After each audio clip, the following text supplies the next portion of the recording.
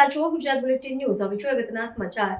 ચોટીલા સૌરાષ્ટ્રની ધરતી પર આજે ફરી એકવાર ક્ષત્રિય પરંપરાની રજવાડી ઠાઠના અદ્ભુત દર્શન થયા.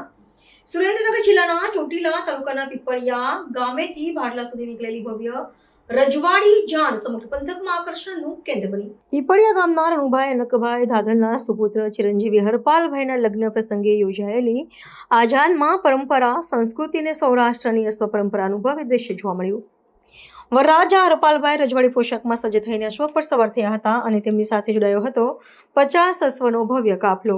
બગી, અશ્વની ઝાંઝર માળ અને પરંપરાગત ઢોલના તાલે જ્યારે જાન ગામની શેરીઓમાં ફરી ત્યારે જાણે રજવાડી યુગ ફરી જીવંત થયો હોય તેવું લાગતું હતું.